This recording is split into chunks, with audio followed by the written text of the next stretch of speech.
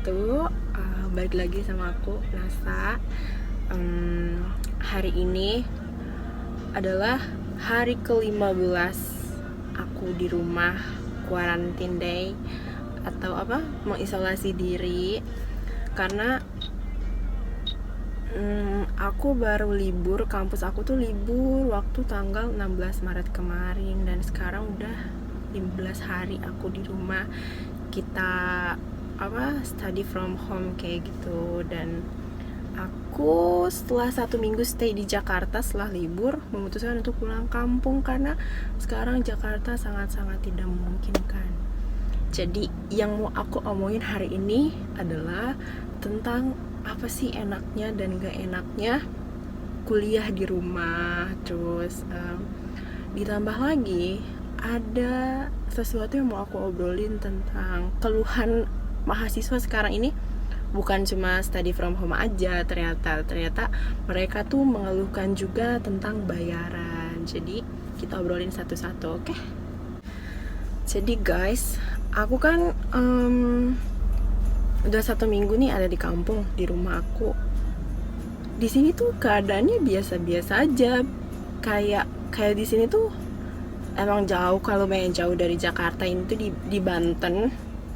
Cuman kayak pas begitu aku pulang ke kampung tuh kayak aku nggak aware sama sekali sama virus corona itu atau sama wabah. Aku sama sekali gimana ya, di sini tuh sama sekali nggak ada perasaan kayak kalau misalkan aku kan setiap hari update artikel, baca-baca kayak gitu kan.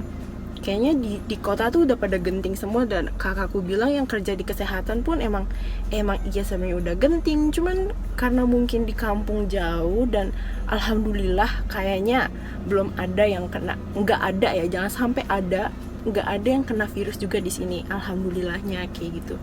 Cuman ya tetap aku juga jaga kebersihan, jaga kesehatan. Kayak kalau abis dari luar tetap cuci tangan pakai disinfektan atau hand sanitizer kayak gitu-gitu. Terus menurut aku study from home tuh aku ngerasa banget enaknya tuh enak luar biasa ya. Soalnya pertama, aku nih orang rumahan, jadi setelah 15 hari aku bener-bener di rumah. Di Jakarta aku di apartemen, stay terus di apartemen, gak pernah kemana-mana. Kayak gak ada masalah gitu. It's really okay and I'm happy. Sekarang aku bikin video sambil manasin mobil karena mobil udah gak pernah dipakai kemana-mana. Biasa aja, kayak teman-teman aku tuh kayak mereka udah kayak bosen, udah bikin status kayak I'm crazy, I'm getting crazy, I hate being stay ini loh. Kayak aku gak suka lama-lama stay di rumah kayak gitu. Padahal aku seneng-seneng aja sejauh itu ada drakor, sejauh ada cemilan, I'm okay, I'm totally okay. Terus kayak study from home, pertama yang lain pada ngeluh, kapan nih kita libur, kenapa kita nggak libur, jangan-jangan kampus gue nggak libur. Kayak aku juga sempet kesel sih karena kampus aku tuh kayak ngasih informasinya telat banget. Cuman akhirnya diliburkan pada tanggal 16 Maret kemarin itu kalau nggak salah ya. Terus setelah libur kita kan otomatis dikasih tugas ya, tugasnya via online, entah itu classroom atau grup WhatsApp atau yang lain-lainnya, media online lainnya. Kayak aku seneng banget. Aku seneng kenapa? Karena pertama aku gak harus jauh-jauh ke kampus dan aku tinggal kerjain tugas. Karena kan tugasnya kebanyakan antara itu ngerangkum, entah itu bikin studi kasus atau cuma nyatet doang, cuma dikasih materi doang kayak gitu. Sejauh yang aku alamin sih kayak gitu ya.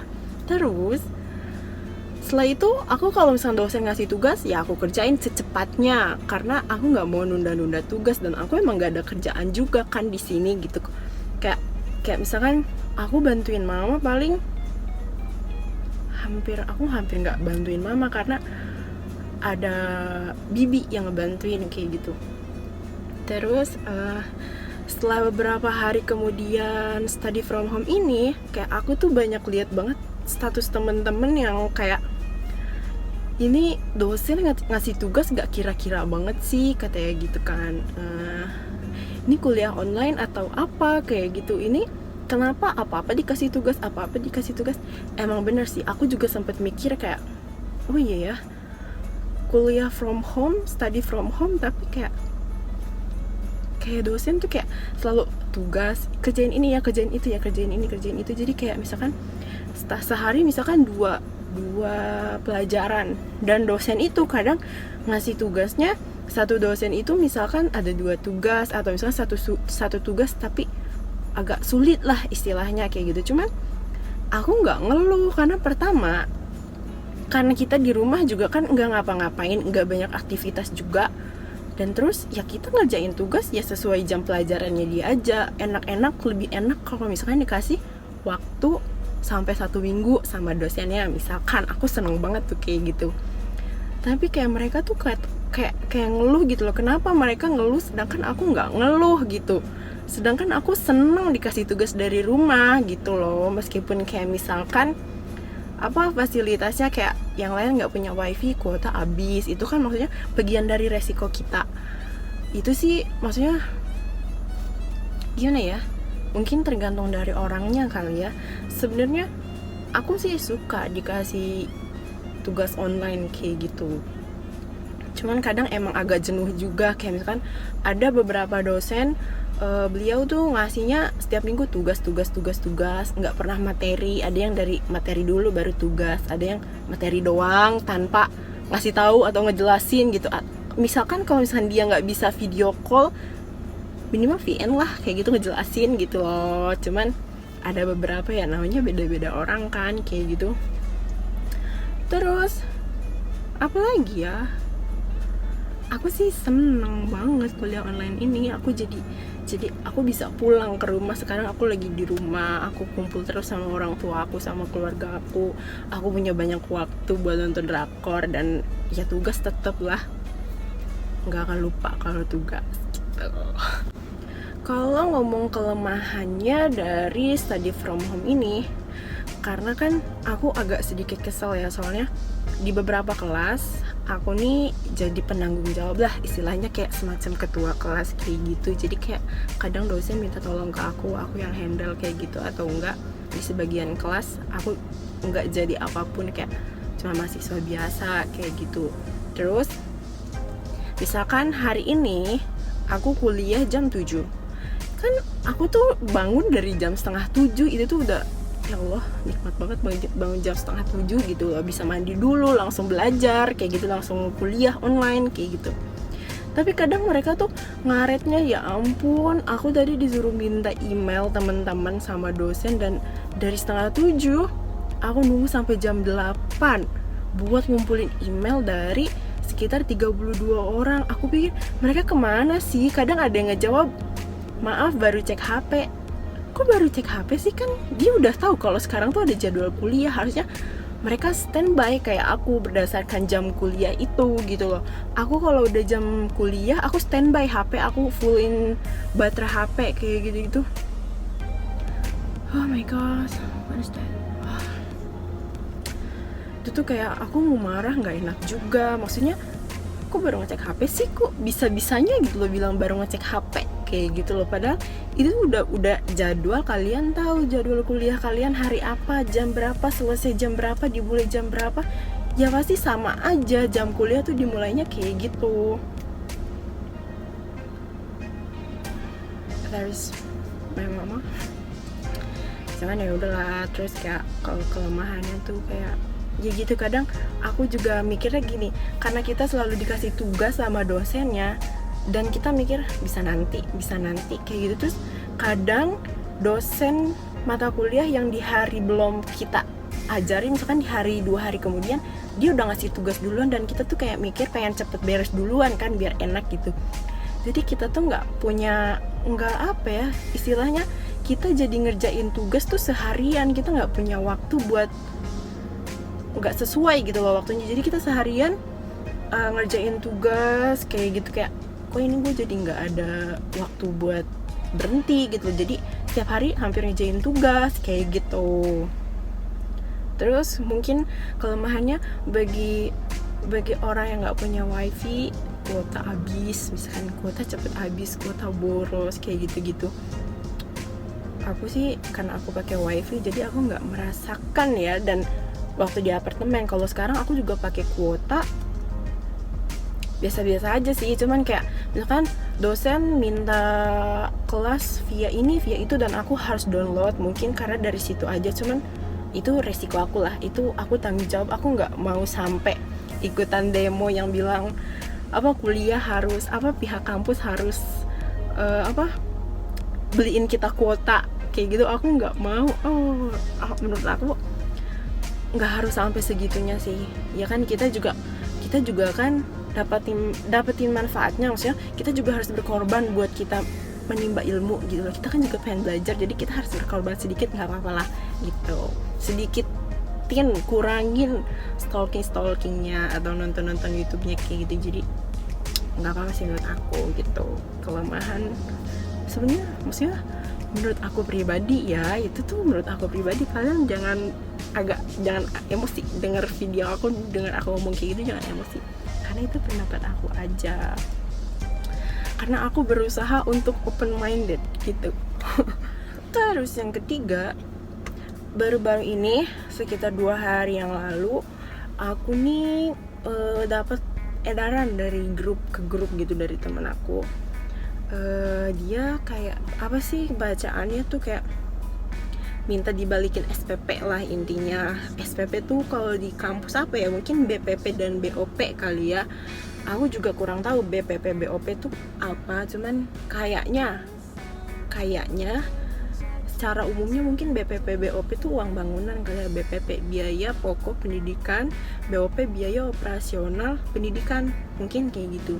Kalau di kampus aku tuh sekitar 6 juta lebih sedikit, karena perusahaan kampus aku tuh kampus swasta, lumayan lah menengah ke bawah ya buat aku.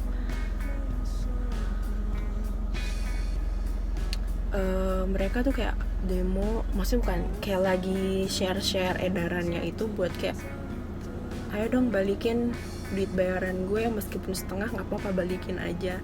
Aku belum setuju kalau soal ngebalikin BPP atau BOP. Kenapa? Karena kan kalau uang bangunan itu kan dibebankan kepada mahasiswa, kan udah merupakan resiko juga tanggung jawab kita sebagai salah satu pelajar di kampus itu. Kayak misalkan kan mungkin misalkan entah itu bangunan kampus bayar listrik lah, bayar pajak lah, atau bayar bangunan yang lain-lain yang dibutuhkan untuk maintenance namanya mungkin ya, dari uang bangunan itu. Meskipun kita libur kan biaya mereka, tagihan mereka tetap jalan kayak gitu. Cuman aku agak, mungkin kalau BPP minta dibalikin agak susah gitu kan. Jadi aku salah satu mahasiswa yang, maksudnya kalau misalkan aku nggak ikut-ikutan deh kalau demo-demo kayak gitu. Kalau misalkan soal BPP BOP atau uang bangunan ini, kayaknya aku nggak dibalikin juga nggak apa-apa.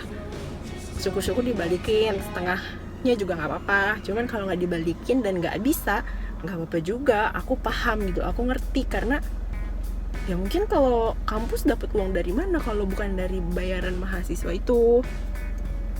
Kecuali kalau misalkan uang SKS tetap minta dibayarin ketika kita melakukan UTS online misalkan, baru aku agak sedikit nggak terima. Soalnya gini, kenapa? Dosen ngajar juga di rumah, mahasiswa diajar juga dari rumah. Maksudnya dosen kan sama kayak kita gitu loh, dia ngeluarin banyak kuota, banyak uang buat beli paket data, kita juga ngeluarin banyak uang buat paket data. Terus gimana ya, intinya aku kurang serak aja kalau misalkan SKS minta dibayarin sedangkan kita UTS-nya via online gitu. Ketika bikin soal cuman via komputer lalu dikirim lewat email, entah itu atau bentuk apapun dalam internet, kan berarti mungkin biayanya masuknya ke dalam si maintenance ini, biaya operasional ini, bukan ke dalam SKS kayak gitu menurut aku. Jadi kayaknya kalau misalkan SKS dimintain biayanya, aku juga agak kurang terima gitu loh. Semoga aja enggak ya, dan semoga aja Semoga aja kita cepet, wabah ini cepet mereda, karena sebentar lagi Ramadan. Hawa-hawa Ramadannya udah tercium banget di sini. Aku berharap Ramadan kita tuh kayak tahun-tahun kemarin, tahun-tahun sebelumnya, kita bisa nyaman pergi kemanapun. Sekarang tuh kayak aku mau pergi ke sana takut, pergi ke sini takut. Setiap baca artikel kayak aware banget gitu loh, kayak gimana gitu. Jadi kalau kalian kelebihan dan kelemahannya apa? Kasih tahu aku, komen di bawah. Dan menurut kalian soal pengembalian BPP BOP, pembayaran SKS kayak gitu, menurut kalian gimana sih? Tolong komen di bawah. Kalau ada yang lihat video ini, komen aja di bawah kayak gitu. Aku saking kangennya pengen bikin video sambil manasin mobil. Udah lama gak make up, aku make up. Kalau misalkan ada hal yang pengen aku omongin lagi, nanti aku bikin video dan share sama kalian. Kita sharing aja tentang pendapat kita. Bye bye, see you next time. Assalamualaikum warahmatullahi wabarakatuh.